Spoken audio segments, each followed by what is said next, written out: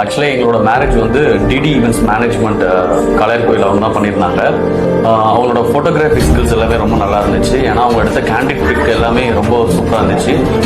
Basically எங்களுக்கு பார்த்தீங்கன்னா பர்சனலாக எந்த ஒரு ஃபோட்டோகிராஃபியோட ஸ்கில்ஸ் எதுவுமே கிடையாது. அவங்களோட கைடன்ஸ் மூலியமாக தான் நாங்கள் பிக் எல்லாமே எடுத்தோம்.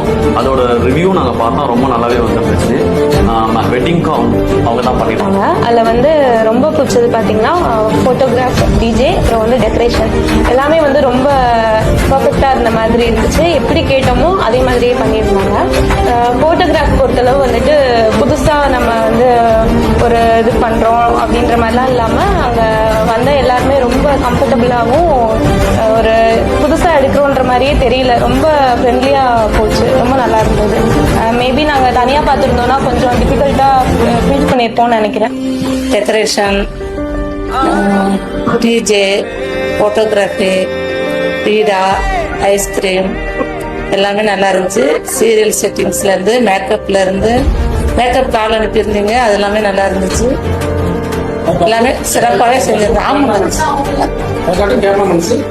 கேமராவில் வேலை பார்த்த எல்லாருக்கும் தேங்க்ஸ். ரொம்ப ரொம்ப ஓடி ஓடி ஓடி ஓடி சிரிச்சு வளைச்சிங்க, எல்லாரையும் சிரிக்க வச்சிங்க.